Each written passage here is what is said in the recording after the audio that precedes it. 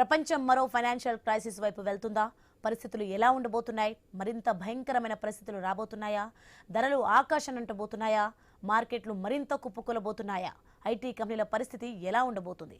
ఇలాంటి ప్రశ్నలు ఇప్పుడు ప్రపంచాన్ని వేధిస్తున్నాయి. ఎందుకంటే పశ్చిమాసియాలో నెలకొన్న యుద్ధ సంక్షోభం ప్రపంచ ఆర్థిక మంద్యానికి దారితీయనుందన్న హెచ్చరికలు వస్తున్నాయి. ఇరాన్పై అమెరికా, ఇజ్రాయెల్ కొనసాగిస్తున్న ఉద్రిక్తతలు మరిన్ని వారాలు ఇలాగే కొనసాగితే ప్రపంచ ఆర్థిక వ్యవస్థ తీవ్రమైన మాంద్యంలోకి వెళ్లే ప్రమాదం ఉందంటున్నారు. ఇక ప్రస్తుతం ప్రపంచ ఇంధన సరఫరాలో దాదాపు 7% మేర కొరత ఏర్పడింది, అంతరాయం ఏర్పడింది. ఇది కేవలం చమురు ధరల పెరుగుదల మాత్రమే కాకుండా నేరుగా ఇంధన కొరతకు దారితీస్తుందన్నది టెన్షన్. ఇంధన సరఫరాలో 4% నుంచి 5% మేర అంతరాయం కలిగితేనే ప్రపంచ జీడీపీలోనూ 4 నుంచి 5% కోత పడే అవకాశం ఉందంటున్నారు. ప్రస్తుతానికి కంపెనీల వద్ద ఉన్న నిల్వల కారణంగా అంతర్జాతీయ మార్కెట్లు కొంత స్థిరంగా ఉన్నప్పటికీ సప్లై చైన్లో ఇబ్బందులు రోజురోజుకు తీవ్రమవుతున్నాయన్న ఆందోళన వ్యక్తమవుతోంది.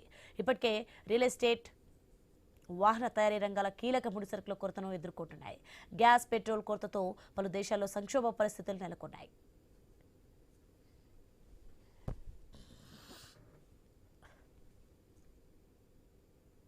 రష్యా, ఉక్రెయిన్, పశ్చిమాసియా యుద్ధాలు పెరుగుతున్న ఇంధన ధరలు, సప్లై చైన్ అంతరాయాలు ఆర్థిక వ్యవస్థను బలహీనపరుస్తున్నాయి. దీంతో ద్రవ్యోల్బణాన్ని నియంత్రించేందుకు సెంట్రల్ బ్యాంకులు వడ్డీ రేట్లను వేగంగా పెంచడం వల్ల రుణాలు, పెట్టుబడుల ఖర్చు పెరుగుతోందంటున్నారు. ఇప్పటికే ప్రపంచ బ్యాంక్, IMF ప్రపంచానికి హెచ్చరికలు చేస్తున్నాయి. ప్రపంచ ఆర్థిక వ్యవస్థ తీవ్రమైన ఒత్తిడిలో ఉందని, 2024-25 కాలంలో ఆర్థిక మందగమనం లేదా మాంద్యం వచ్చే అవకాశం ఉందని గట్టి వార్నింగ్ వస్తోంది. పశ్చిమాసియా వార్ ప్రపంచాన్ని ఎటువైపు తీసుకెళ్తోంది? ఆర్థిక మందం వస్తే ఎదుర్కొనే పరిస్థితులున్నాయా? గ్యాస్, పెట్రోల్ కష్టాల నుంచి ఎలా బయటపడతారు? యుద్ధం తర్వాత కష్టాలు ఆర్థిక మాంద్యానికి దారితీస్తాయా? ఎరువుల కొరత పొంచి ఉంది. అదే జరిగితే పంట దిగుబడులపై ప్రభావం తీవ్రంగా పడే ప్రమాదం ఉందన్న ఆందోళన వస్తోంది. మరి దీంతో తినడానికి తిండి దొరకదా? ప్రపంచం కుదేలేనా? మనం ఎంత సేఫ్ అన్నదే ప్రపంచాన్ని భయం గుప్పిట్లోకి తీసుకెళ్తుంది.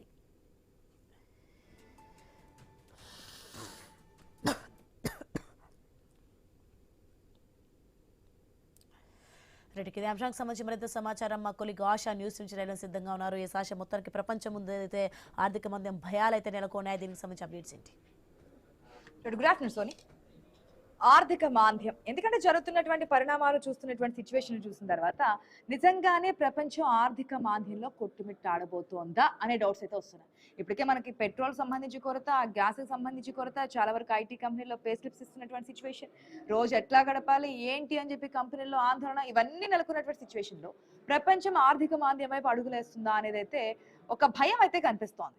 దీనికి గల కారణం ఇప్పటికీ మనం చూస్తున్నాం, ఇరాన్, ఇజ్రాయెల్, అమెరికా మధ్య వార్ ఏ స్థాయిలో నడుస్తుందో, దానివల్ల ఎన్ని దేశాలు సఫర్ అవుతున్నాయో, ప్రపంచ దేశాలన్నీ కూడా ఆర్థికంగా ఏ సిచ్యువేషన్ ఉన్నాయో మనకు కనిపిస్తోంది.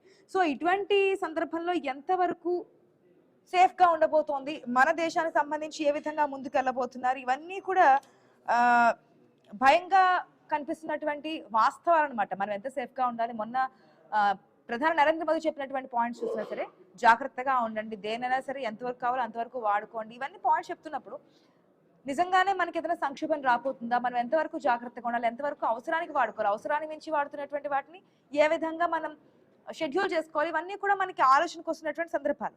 రష్యా, యుక్రెయిన్ యుద్ధాలు కావచ్చు, పశ్చిమాసియా దేశాల్లో యుద్ధాలు కావచ్చు, ఇవన్నీ ఒక పక్క ఇంధన ధరలు పెరిగిపోతున్నాయి, కొరత కూడా ఏర్పడుతోంది, సప్లై చైన్ దెబ్బతింటోంది. ఇదంతా కూడా ఆర్థిక వ్యవస్థను దెబ్బతీసినటువంటి పరిస్థితులు కనిపిస్తున్నాయి. కాబట్టి ఏంటి వాట్ నెక్స్ట్ అనేది మనం మాట్లాడదాం. మనతో పాటు డిబేట్ లో పార్టిసిపేట్ చేస్తున్నారు కటా గౌతమ్ గారు, విశ్లేషకులు, కార్తిక్ గారు, సీనియర్ జర్నలిస్ట్ కూడా మనతో పాటు జాయిన్ అవుతారు మరికొద్దిసేపట్లోనే. గౌతమ్ గారు యాడ్ అయ్యారు. గౌతమ్ గారు నమస్తే అండి. మ్యూట్ లో ఉన్నట్టుంది సార్, ప్లీజ్. నమస్తే అండి, వినిపిస్తుందా అండి? ఎస్ గౌతమ్ గారు, ఎట్లా చూడాలి ప్రపంచం? ఎటు చూసినా సరే మొన్నటి వరకు యుద్ధాలే కనిపించాయి, రష్యా, యుక్రెయిన్ వారు, ఇరాన్, ఇరాక్ వారు, ఇప్పుడేమో ఇరాన్, ఇజ్రాయెల్, అమెరికా వారు, ఇవన్నీ చూస్తా ఉన్నాం. ఎటు చూసినా అంటే గతంలో రష్యా, యుక్రెయిన్ వారు చూస్తే కానీ 4 సంవత్సరాలు బట్టి నడుస్తూనే ఉంది. అది ఎంతో కొంత ఎఫెక్ట్ ఆనాడు చూపించినా సరే ఇప్పుడు నార్మల్ లైఫ్ మనం లీడ్ చేస్తూ ఉన్నాం. కానీ పశ్చిమాసియా యుద్ధం చూస్తే మన దేశమే కాదు, ప్రపంచ దేశాలని కూడా ఆర్థిక సంక్షోభంలో, ఆర్థిక మాంద్యం వైపు అడుగులేస్తున్నటువంటి సిచ్యువేషన్స్ కనిపిస్తున్నాయి. మెయిన్ గా మన దేశానికి సంబంధించి ఎట్లా చూడొచ్చుంటారు? యాక్చువల్గా చెప్తేనండి, మనకి ఈ రష్యా, ఉక్రెయిన్ వారి వల్ల పెద్దగా అసలు ఏం తెలియలేదు. కానీ పశ్చిమాసియాలో ఇప్పుడు జరుగుతున్న ఇరాన్, ఇజ్రాయెల్, అమెరికాల ఈ వార్ మూలాన ఎంత జరుగుతుందనేది మనకు కనపడతానే ఉంది. ఎందుకంటే చమురు షిప్పులు కావచ్చు, గ్యాస్ షిప్పులు కావచ్చు, ఆ హర్మోస్ జలసంధి నుంచి రావాల్సిన పరిస్థితి ఉంది కాబట్టి ప్రపంచంలో చాలా వరకు చమురు ఈ జలసంధి నుంచే వెళ్ళటం, ఇది దిగ్బంధం కావటం మూలాన జరిగిన ఉపద్రవం అందరికి కనపడతానే ఉంది. నిన్నటికి నిన్న పెట్రోల్ బంకుల్లో మొన్న మోడీ గారు ఇచ్చిన జాగ్రత్తగా ఉండాల్సిన అవసరం ఉంది, పాండమిక్ సిచ్యువేషన్స్ దగ్గరకు వస్తున్నాయి అనే సూచనలు కనిపిస్తున్నాయని చెప్పగానే నిన్న పెట్రోల్ బంకులు నిండుగా ఫుల్గా ట్రాఫిక్, చాలా చోట్ల పెట్రోల్ బంకులు నో స్టాక్ బోర్డులు పెట్టడం, లేకపోతే లిమిటెడ్ స్టాక్ బోర్డులు పెట్టడం, ఇవన్నీ జరుగుతున్నాయి. ఎందుకంటే 2-3 రోజులకు కావాల్సిన బంకులో ఉండే నిల్వని నిన్న ఒక్క రోజుకే మొత్తం గాయబ్ చేసేశారు. జనాల్లో అంతటా అనిశ్చితి, ఏదైనా భయం కలపంగానే మొత్తం ఏదో దొరకదంట అనుకోగానే మొత్తం మనం కూడా కొంత సేవ్ చేసి పెట్టుకుందామని ఉంటుంది.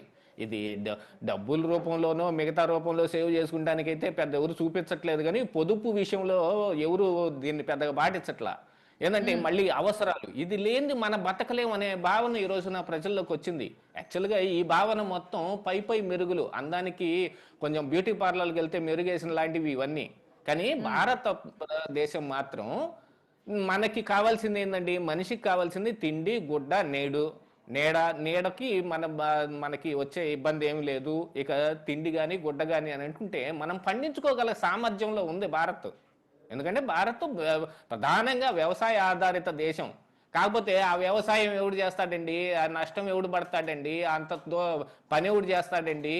ఈజీగా కంపెనీలు వచ్చేసాయి, ఉద్యోగాలు చేసుకోవచ్చు, వ్యాపారాలు చేసుకోవచ్చు అనే దాని మీద వెళ్ళిపోవటం మూలాన ఇప్పుడు ఇలాంటి పరిస్థితి కనపడుతుంది. కానీ ఇక లేదు, మొత్తం ఇది కాదు, ఎవరైనా పండించుకునేవాడే అని అనగానే మళ్ళీ పంటకు దిగుతారు కదా, అందరూ పండించే స్థాయికి వస్తారు కదా. నేర్చుకోనో లేకపోతే పూర్వం నుంచి మనకున్న పద్ధతుల్లోనో ఎరువులు లేకపోయినా సేంద్రియ ఆధారిత ఎరువులతోటైనా కూడా పంటలు పండించుకోవచ్చు. అలాగా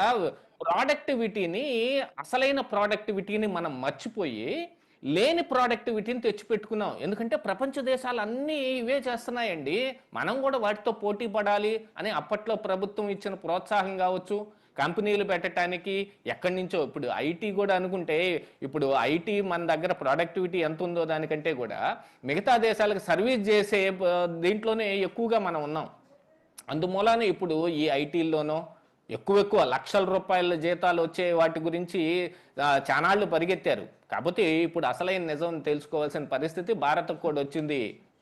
కేవలం మిర్చి పండించాము, పత్తి పండించామా, లేకపోతే ఈ వాణిజ్య పంటలు పండించామా అనే దానికంటే అపరాలు పండించామా, తిండి గింజలు పండించామా అని ఎవరు పట్టించుకోవట్లేదు. అవసరమైన రోజున మరి వీటిని పట్టించుకుంటే మనకైతే తిండికి, గుడ్డకి, నీడకి వచ్చే ఇబ్బంది ఏమి లేకపోయినప్పటికీ మన దగ్గర ఇప్పుడు డబ్బులు ఎక్కువగా కావాలి, మనమే ఎక్కువగా పోగేసుకోవాలి. ఎరువుల కొరత కూడా మనకు కనిపిస్తుంది కదా, అంటే వీటితో పాటు ఎరువుల కొరత కూడా కనిపిస్తుంది. దాని సప్లై మీద కూడా మనకి కాస్త ఎంతో కొంత కొరత కనిపిస్తుంది. అది కూడా మళ్ళీ అన్నదాతల మీద ఎఫెక్టే.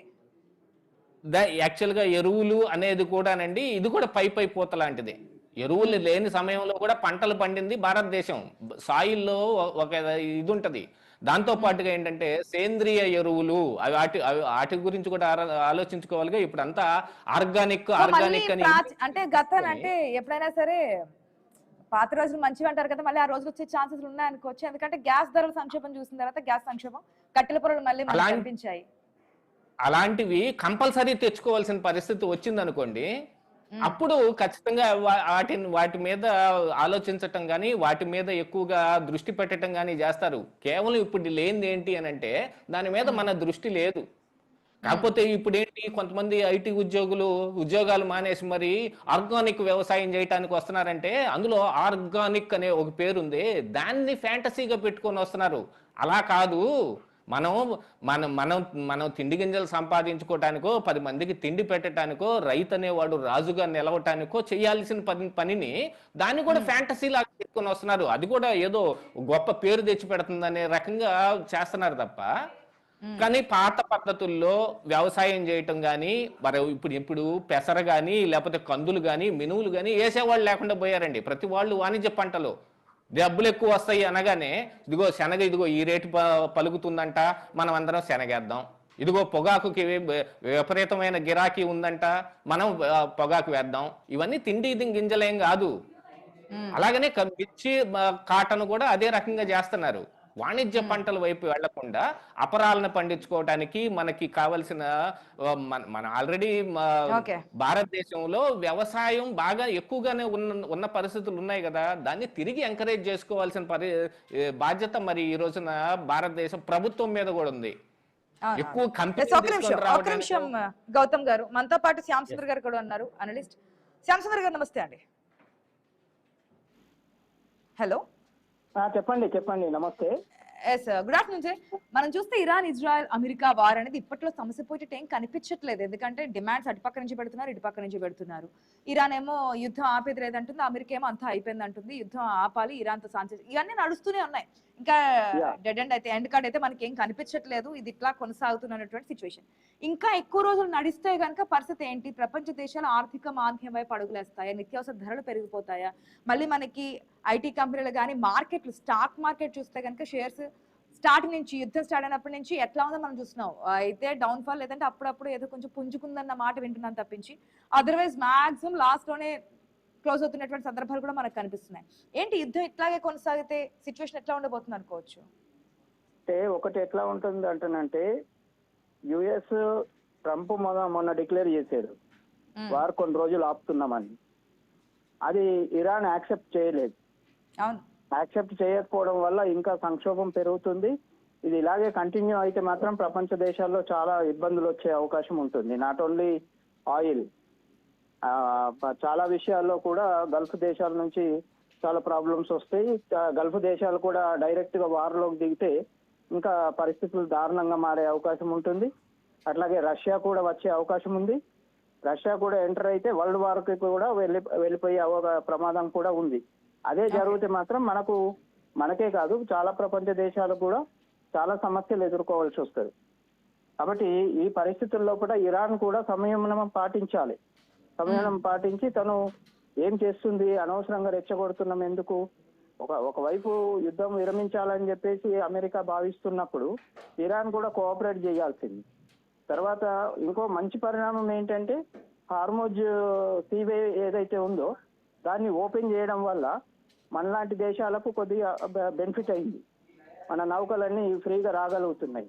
అదే రాకపోతే అంటే ఏదైతే యుద్ధం చేస్తున్నాయో ఆ దేశాలు తప్పించి మిగతా వాటికి పర్మిషన్ ఉందని చెప్పి ఇరాన్ చెప్పింది కాబట్టి ఇజ్రాయెల్, అమెరికా సపోర్టర్స్ ఎవరైతే ఉన్నారో ఆ దేశాల యొక్క నౌకలు తప్ప మిగతా దేశాలకు అనుమతి ఇస్తున్నారు, ఓపెన్ చేశారు హార్మోజ్ సీవే. సో దానివల్ల చాలా దేశాలు కొంత సంక్షోభం నుంచి బయటపడ్డట్టే. మన దేశం ఆల్రెడీ ప్రీప్లాన్డ్ ఉంది కాబట్టి మనకు దాదాపుగా ఇప్పటికీ 50 రోజుల వరకు చమురు నిక్షేపాలు ఉన్నాయి. కాకపోతే అవి ఇంకా సంక్షోభం పెరిగితే కష్టమవుతుంది. కాబట్టి ఇప్పటికే పెట్రోల్ బంకుల సిచ్యువేషన్ చూస్తున్నాం కదా, పెట్రోల్ కి, గ్యాస్ కి ఏ విధంగా అవసరపడుతున్నారు. దీనికి మెయిన్ రీజన్ ఏమనుకోవచ్చు అంటే, క్రెడిట్ గా ఆపేశారు కాబట్టి ఇప్పుడు ఇదంతా నడుస్తుంది అనేది ఒక ఇష్యూ అయితే, పానిక్ వల్ల జరుగుతుందని మరొకటి అయితే, ఏదైతే పవర్ పెట్రోల్ పెంచారు కాబట్టి ఇది కూడా పెరుగుతోందేమో, మనకి సప్లై రావట్లేదేమో, కొరత ఉంది అందుకే ధరలు పెంచుతున్నారు అనేది గ్యాస్ విషయంలో అదే కనిపించింది, పెట్రోల్ విషయంలో కూడా మనకి అదే కనిపించింది కదా. ప్రజలు పానిక్ కావడానికి మెయిన్ రీజన్స్ అయితే ఒకటి ఏంటంటే, ఇక్కడ అనవసరంగా ప్యానిక్ అవుతున్నారు పబ్లిక్.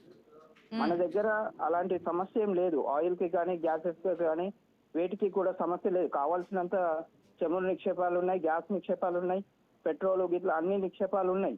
కానీ అనవసరంగా పబ్లిక్ లో లేనిపోని అపోహలు కొన్ని మీడియా సంస్థలు కూడా క్రియేట్ చేస్తుంది. క్రియేట్ చేయడం వల్ల పబ్లిక్ ప్యానిక్ అయిపోయి అవసరం లేకుండా పెట్రోల్ నింపించేసుకుంటున్నారు, అవసరం లేకుండా గ్యాస్ బుక్ చేసేసుకుంటున్నారు. సో దాని వల్ల ప్రాబ్లమ్స్ వస్తున్నాయి. కాకపోతే సఫిషియంట్ స్టాక్స్ మాత్రం మన దేశంలో ఉన్నాయి. ఇంకా 50 డేస్ వరకు 60 డేస్ వరకు సరిపోయేంత స్టాక్స్ మన దగ్గర ఉన్నాయి. అట్లాగే హార్మోజ్ నుంచి ఆల్రెడీ వెళ్తున్నాయి కూడా. హార్మోజ్ నుంచి నౌకలు ఆల్రెడీ మనకేం ప్రాబ్లం లేదు ఇరాన్ నుంచి. సో ఇరాన్ మొదటి నుంచి కూడా మనకు ఎలాంటి ప్రాబ్లమ్స్ క్రియేట్ చేయట్లేదు. మన గవర్నమెంట్ చేసినటువంటి విదేశీ దౌత్యం ఏదైతే ఉందో అది సక్సెస్ఫుల్ గా నడుస్తుంది. మనం ఎటువైపు ఒక పక్షం తీసుకోవట్లేదు. కాబట్టి ఇరాన్ కూడా మనకు ఫ్రెండ్లీగా ఉంది. మిగతా దేశాలతో కూడా మనకు ఫ్రెండ్షిప్ ఉంది. కాబట్టి మిగతా దేశాలు సంక్షోభంలో ఉన్న, ఆర్థిక మాంద్య పరిస్థితులు ఎదుర్కొంటున్నా, భారతదేశం మాత్రం సుభిక్షంగా ఉంది. మనం అందరం ఎంజాయ్ చేస్తున్నాం, అందరం పండుగలు చేసుకుంటున్నాం. అన్ని దేశాలు ఇబ్బందుల్లో ఉన్నాయి. కానీ మన సో దేశం ఆర్థిక మాత్రం మాంద్యం అనేది మన దేశానికి ఏం కనిపించట్లేదు అనుకోవచ్చు, లేదంటే ఇప్పటి వరకు రాలేదా, భవిష్యత్తులో వచ్చే అవకాశం ఉందా? లేదు ప్రపంచ బ్యాంక్ కూడా ఏం డిక్లేర్ చేసిందంటే శరవేగంగా డెవలప్ అవుతున్నటువంటి దేశం భారతదేశము, ఆర్థిక పరిస్థితులు కూడా బాగున్నాయి. తర్వాత మనం 3వ ఆర్థిక వ్యవస్థ వైపు పయనిస్తున్నాం. కాబట్టి మన ఆర్థిక మాంద్య పరిస్థితులు మనకు వచ్చే అవకాశాలు ఇప్పట్లో లేవు. కాబట్టి ఇరాన్ యుద్ధం ఎంత తొందరగా, ఇరాన్ యుఎస్ ఇజ్రాయెల్ యుద్ధం ఏదైతే ఉందో అది ఎంత తొందరగా తగ్గితే అంత మంచిగా, ఆగిపోతే అంత మంచిగా. కానీ ఆగే పరిస్థితుల్లో ఎక్కడ కనిపించట్లేదు కదా. శ్యామ్ సుందర్ గారు, ఇరాన్ మొండి వైఖరి పోతుంది. మొండి వైఖరి పోవడం వల్ల ఇంకా సంక్షోభం పెరుగుతుంది తప్ప. అమెరికా కూడా సేమ్ సిచ్యువేషన్ లోనే ఉంది కదా. అటు అమెరికా కూడా సేమ్ రెచ్చగొడుతోంది, డిమాండ్స్ అంటోంది, మేము గగనతలం ఆపేసాము, అటుపక్క నౌకాయానం ఆపేసాం, అంతా కూడా బ్లాస్ట్ చేసాం, ఏం మిగలేదు ఇరాన్ లో అని చెప్పి ట్రంప్ కూడా అదే చెప్తున్నారు కదా. అదే నేను అనేది ఏంటంటే యుద్ధం వల్ల ఏ దేశానికి లాభం జరగదు. యుద్ధం వల్ల ఆయా దేశాలు సంక్షోభంలోకి వెళ్తాయి తప్ప మరొకటి కాదు. కాబట్టి యుద్ధం ఎప్పటికీ కూడా సమస్యకు పరిష్కారం కాదు. చర్చలు, శాంతి మార్గమే పరిష్కారం. చర్చల ద్వారానే సమస్య ఏదైనా పరిష్కారం అవుతుంది. యుద్ధం ఎప్పటికీ కూడా ఏ దేశానికి నష్టదాయకం. గౌతమ్ గారు, ఇప్పటి వరకు అంటే ఇప్పట్లో అయితే మనం ఆర్థిక పరిస్థితిని బట్టి ప్రపంచంలో 3వ ఆర్థిక వ్యవస్థకి ఎదుగుతున్నాం కాబట్టి ఆర్థిక మాంద్యం వచ్చే పరిస్థితులు లేదు. దాని ముందుగానే భారతదేశానికి సంబంధించి మన ప్రధానమంత్రి కావచ్చు, విదేశాంగ మంత్రులు కావచ్చు, దౌత్యం అనేది పూర్తి స్థాయిలో సఫలమైంది. దానికి అనుగుణంగానే ఇప్పట్లో అయితే మనకి ఆ కండిషన్ లేదు అంటున్నారు. ఒకవేళ హార్ముజ్ జలసంధికి సంబంధించి కూడా మన వరకు ఎటువంటి ఇబ్బందులు లేకుండా మన షిప్స్ అన్ని రావడానికి ఫ్లెక్సిబిలిటీ కానీ ఆ వెసులుబాట్లు కావచ్చు ఇరాన్ ఇస్తోంది. కానీ ఇంకా ఇదేదైతే యుద్ధం సాగుతుందో అది స్టాక్ మార్కెట్ మీద ఎఫెక్ట్ పడుతోంది, అదేవిధంగా ఐటీ కంపెనీల మీద ఎఫెక్ట్ పడుతోంది. ఇప్పటికే చూస్తున్నాం మనం, పింక్ స్లిప్స్ కూడా మనకి దర్శనం ఇస్తున్నటువంటి సందర్భం. ఎప్పుడు ఏ ఉద్యోగాలు ఉంటాయో తెలియదు, ఏ ఉద్యోగాలు ఊడిపోతాయో తెలియదు. మనకి పెట్రోల్ సంబంధించి ఎంత పానిక్ సిచ్యువేషన్ అనుకున్నా సరే నో స్టాక్ బోర్డ్స్ అయితే కనిపిస్తున్నాయి కదా. అంటే అక్కడ లేదనే కదా అర్థం. అది కూడా ప్రజల్లో ఒకంత భయం కలిగిస్తున్నటువంటి అంశాలు కదా. ఖచ్చితంగానండి. ఇది ప్రజల్లో ఎప్పుడు భయం కలుగుతుంది, ఎప్పుడు కలగదు అని ఎవరు నిర్ణయించలేరు. ఎందుకు అంటే వాళ్ళకి అందే ఇన్ఫర్మేషన్ బట్టే వాళ్ళు కూడా ప్రవర్తన తీరు కూడా మారిపోతూ ఉంటుంది. క్షణాల కిందట ఏదో ఒక చిన్న పుకారు పుట్టిందండి, ఉప్పు దొరకట్లేదట అనగానే మా పక్కింటి ఆయన ఓ బస్తా ఉప్పు తీసుకొచ్చి ఇంట్లో పెట్టుకున్నాడు. తర్వాత అది ఉత్తి పుకారే నేను తేలిపోయింది. ఇప్పుడు ఏంటంటే ఆ ఉప్పు ప్లేస్ లో పెట్రోల్ అయి కూర్చుంది. ఈ పెట్రోల్ యుద్ధం జరుగుతుందట, అక్కడి నుంచి షిప్పులు రావట్లేదట. ఇప్పుడు మన దేశంలో ఉన్న నిక్షేపాలను కానీ, గ్యాస్ నిల్వల నిక్షేపాలు, పెట్రోల్ నిక్షేపాలు, వీటన్నిటిని మర్చిపోయారు ప్రజలు. మొత్తం ఏదో హార్ముజ్ జలసంధి నుంచే రావాల్సి ఉంటే ఆ నుంచి 4 షిప్పులే వదులుతున్నారు. ఇప్పుడు ఆ వచ్చిన కొద్దో గొప్ప మనం సేవ్ చేసి పెట్టుకుందాము అని. ఇప్పుడు చాలా మంది కూడా నిన్న చూశాను నేను, ఈ వాటర్ బబుల్ క్యాన్స్ ఉంటాయి కదండి, 20 లీటర్ల వాటర్ బబుల్ క్యాన్స్ తీసుకొని పెట్రోల్ బంకుల దగ్గర నుంచొని ఉన్నారు. కానీ అక్కడ పర్మిషన్ లేదు కదా. ఒకటి మనకి ఏదైతే ఇన్సిడెంట్ జరిగిందో ఆ తర్వాత నుంచి పెట్రోల్ అనేది బాటిల్స్ లో గానీ ఎక్కడ వేయడానికి లేదు, అంటే పంప్ చేయడానికి లేదు. కేవలం మనకి ఏదైతే వెహికల్స్ ఉంటుందో అక్కడ మాత్రమే మనకు కనిపిస్తాయి. కానీ ఇటువంటివి జరుగుతున్నప్పుడు అధికారులు ఏం చేస్తున్నారు అనేది ఒక పాయింట్ రేస్ అవుతుంది. యాక్చువల్ గా ఇప్పుడు అధికారులు అనే దగ్గరకు వస్తేనండి, ఏదైనా ఒకటి చేతులు గాలేక ఆకులు పట్టుకున్నట్టు ఏదైనా ఉపద్రవం జరిగిన తర్వాత దాన్ని ఏదో ఒక రకంగా ఆపుదామని అప్పుడు బయలుదేరతారు తప్ప ముందస్తు చర్యలు అనేవి మన దగ్గర చాలా బ్యాడ్ కండిషన్ లో ఉన్నాయి.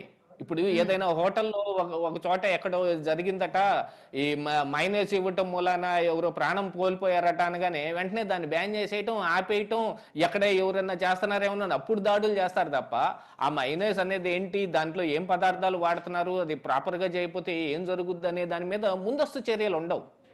ఎక్కడైనా ఒక చోట విషతుల్యమైన ఆహారం కనపడగానే అప్పుడు దాడులు చేస్తారు. మనకున్న అతి పెద్ద దరిద్రం ఇదే, అధికారుల్లో నుంచి వస్తున్నది.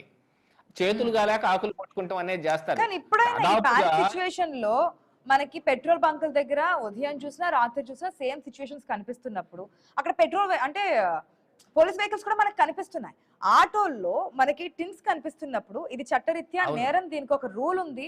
మనకి పెట్రోల్ వెహికల్ లో తప్ప ఎక్కడ పంప్ చేయడానికి వీలు లేదు, తీసుకెళ్ళడానికి కూడా రైట్స్ లేవు. అటు పెట్రోల్ నిర్వాహకులు కూడా చెప్పాలి కదా, యాజమాన్యాలు కూడా ఇది రూల్స్ స్ట్రిక్ట్ గా ఉన్నాయి, 20 లీటర్స్ 30 లీటర్స్ వెళ్లే వరకు పర్మిషన్స్ లేవని చెప్పి బోర్డులు పెట్టే కన్నా అసలు మీకు వెహికల్స్ లో తప్ప ఎక్కడ వేయడానికి ఛాన్స్ లేదని చెప్పి చెప్పడానికి ఎందుకు ముందుకు రావట్లేదు అనేది, అది కూడా ఒక రీజన్ కదా. ఇప్పుడు అవసరానికి మించి మనకి స్టోర్ చేసుకోవడం వల్ల ఇంకేదైనా ప్రమాదం జరగచ్చు ఇన్ కేస్.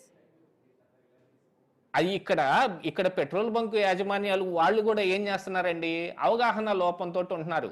మనం తెలుసుకొని మనం దాని గురించిన అవగాహన పెట్టుకొని ఇలా కొట్టకూడదు అనేది కాకుండా నిన్న క్యానుల్లో కూడా కొడుతున్నారు. నేను పోయి అడిగాను, మీరు ఎందుకు క్యానుల్లో కొడుతున్నారు, ఇలా కొట్టకూడదని మీకు రూల్ ఉంది మీకు తెలియదు అంటే నాకు తెలియదు అన్నాడు. అంత అవగాహన లేని దీంట్లో ఇప్పుడు ఆ పెట్రోల్ బంకులు కూడా ఉన్నాయి. అవగాహన కల్పించాల్సింది ఎవరు మళ్ళీ?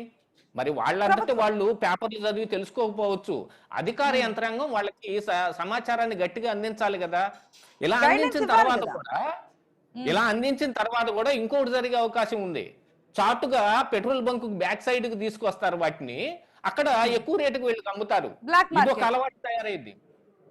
ఇక ఎప్పుడు చూసినా ఇలాగనే. మరి ఇంతే కదండి, ఇప్పుడు గ్యాస్ కూడా దొరకట్లేదట అనగానే గ్యాస్ ని 2,000 రూపాయలకి స్తంభం అమ్ముకుంటానికి కూడా కంపెనీలు తయారైపోయినాయి కదా. ఇలాంటి పరిస్థితుల్ని కూడా ప్రజలు అర్థం చేసుకొని దానిలో మనం కూడా కొంత సంయమనం పాటించాలి, ఇలాంటి పనులు చేయకూడదు అనే ఉద్దేశం కూడా ప్రజల్లో ఉండాలి. ఇది కాకపోతే ఏంటంటే ఉన్న అవసరాలని సిచ్యువేషన్ పెట్టుకొని దాన్ని మనం ఏదో రకంగా క్యాష్ చేసుకుందాం. ఎందుకంటే సిచ్యువేషన్స్ అన్ని పూర్తి స్థాయిలో చూస్తే అంతా పానిక్ వల్లనా? నిజంగానే మన సంక్షోభం గానీ కొరత గానీ గ్యాస్ విషయంలో పెట్రోల్ విషయంలో ఏం లేదా? పెట్రోలియం శాఖ చెప్తున్నటువంటి అంశాల ప్రకారం చూస్తే ఎటువంటి కొరత లేదు, కేవలం పానిక్ అంటారు. నిజంగా పానిక్ అనుకోవాలా? నిజంగా ఇది పానిక్ సిచ్యువేషన్ ఎలా ఉందంటేనండి, కొంత సంక్షోభం ఉన్న మాట వాస్తవం, అది ఒప్పుకొని తీరాల్సింది ఎవరైనా సరే. సంక్షోభం లేదు అని అంటే అది పచ్చి అవాస్తవం. సంక్షోభం ఒక 30-40% ఉంటే పానిక్ సిచ్యువేషన్స్ ఎక్కువగా డిమాండ్ చేసి 110%కి తీసుకెళ్తున్నాయి దాన్ని. ప్రజల్లో ఈ పానిక్ సిచ్యువేషన్ ఎక్కడి నుంచి వస్తుంది అని అంటే ఆ సంక్షోభం దగ్గర నుంచి వస్తుంది. ఖచ్చితంగా మనకు చూడండి, గ్యాస్ నిక్షేపాలు, ఇప్పుడు పెట్రోల్ చమురు నిక్షేపాలు అయితే మనకి 90 రోజులకు సరిపడా ఉంటాయి. గ్యాస్ నిక్షేపాలు మాత్రం ఇప్పుడు నిల్వలు మాత్రం దాదాపుగా 20-30 రోజులకు మాత్రమే ఉంటాయి.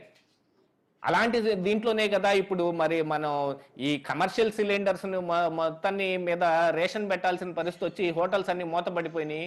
ఒక చోట హోటల్ మూతపడిపోయింది గ్యాస్ లేక అనగానే ఆల్టర్నేటివ్ వాటి కోసం ఎవరు ఆలోచించటం మానేసి ఏదో రకంగా అదే గ్యాస్ని తీసుకొద్దాం, మనం దాంతోటే చేద్దాం అనుకుంటున్నారు తప్ప కట్టెల పొయ్యి పెట్టి చేస్తున్న వాళ్ళు కానీ లేకపోతే ఇప్పుడు మిగతా పొట్టు పొయ్యిలు కానీ ఇవన్నీ ఎవరు పెట్టుకోలేదే.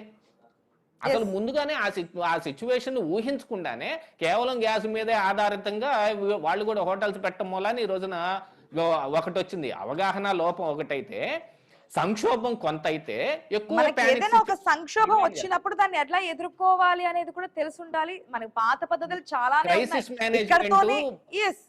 ఎట్లా బయటపడాలి మనకి చాలా మార్గాలు ఉన్నాయి. దాని నుంచి బయటపడడం మానేసి మనం పానిక్ అయిపోయి ఏదో అయిపోతుందని చెప్పి ఓవర్ గా స్టాక్ పెట్టుకునే కంటే దాని నుంచి ఎట్లా బయటపడాలి, మనకు ఉన్నటువంటి మార్గాలు ఏంటనేది ఒకసారి ఆలోచించండి. చాలా మార్గాలు కనిపిస్తాయి. ఒక్క నిమిషం అండి గౌతమ్ గారు, శ్యామ్ సుందర్ గారు, ఈ పానిక్ సిచ్యువేషన్ నుంచి ఎప్పుడు బయటపడే అవకాశం ఉందనుకోవచ్చు, ఎట్లా బయటపడే అవకాశం ఉందనుకోవచ్చు? హలో, సిద్ధం కావాలి అంటే దాని అర్థం లాక్డౌన్ వస్తుందని కాదు. అనవసరంగా లాక్డౌన్ వస్తుంది, మళ్ళీ ఒక లాక్డౌన్ వస్తుందని చెప్పేసి అపోహలు క్రియేట్ చేస్తున్నారు. మోడీ గారు అన్న కాంటెక్స్ట్ వేరు, మిగతా అవి ఇక్కడ క్రియేట్ అవుతున్న నరేషన్ వేరు. కాబట్టి పబ్లిక్ ప్యానిక్ కావాల్సినటువంటి అవసరం అయితే లేదు. పోలీస్ డిపార్ట్మెంట్ డిక్లేర్ చేస్తుంది అవసరం లేదు, మీరు పెట్రోల్ ఎక్కువగా కొట్టించుకోవాల్సిన అవసరం లేదు. ఆయిల్ కంపెనీస్ కూడా డిక్లేర్ చేసినాయి, మీడియాకు ప్రెస్ నోట్ రిలీజ్ చేసినాయి, మీరు ప్యానిక్ కావాల్సిన అవసరం లేదు అని చెప్పేసి పెద్ద ఎత్తున జిల్లాల వారీగా పోలీస్ డిపార్ట్మెంట్ కూడా డిక్లేర్ చేస్తోంది. ఎక్కడ కూడా పెట్రోల్ కు సంక్షోభం లేదు, గ్యాస్ కు సంక్షోభం లేదు అని. కానీ అనవసరంగా పబ్లికే ప్యానిక్ అయిపోతున్నారు. ప్యానిక్ అయిపోవడం వల్ల కొంత కొరత ఏర్పడుతోంది. ఇప్పుడు నాకు కారులో 5 లీటర్లు అవసరం ఉంటే 10 లీటర్లు పోయించుకుంటున్నా, అవసరం లేకున్నా కానీ, ఉంటుందో లేదో అని. దానివల్ల ఏమవుతుందంటే ఇంకొకరికి రావాల్సింది రాదు. సో అట్లా ప్రాబ్లమ్స్ అవుతున్నాయి తప్ప ఇంకా పెట్రోల్ బంకుల నిర్వాహకులతో కూడా మనం ఈ 2 days నుంచి మాట్లాడుతున్నప్పుడు వాళ్ళు చెప్తున్నది ఏంటి, యాక్చువల్లీ ఆల్టర్నేట్ డేస్ తీసుకొస్తాము, ఇది మాకు సరిపోతోంది, కానీ ఇప్పుడు ఒక్కసారిగానే అవసరానికి మించి మనకి పెట్రోల్ తీసుకెళ్ళడం వల్ల ఒక 2 hours లోనే మొత్తం అంతా కంప్లీట్ అయిపోతుంది, మళ్ళీ అది మనకి ట్యాంకర్ వచ్చే వరకు వెయిట్ చేయాలి కదా, సో అక్కడ స్టాక్ కూడా పెట్టాల్సి వస్తుంది అనేది. అవసరానికి మించి ఫిలప్ చేసుకుంటున్నారు, అవసరానికి మించి వాడేసుకుంటున్నారు. క్యాన్లలో నింపకూడదు, పద్ధతి ప్రకారం అయితే క్యాన్లలో నింపకూడదు, బాటిల్స్లలో నింపకూడదు.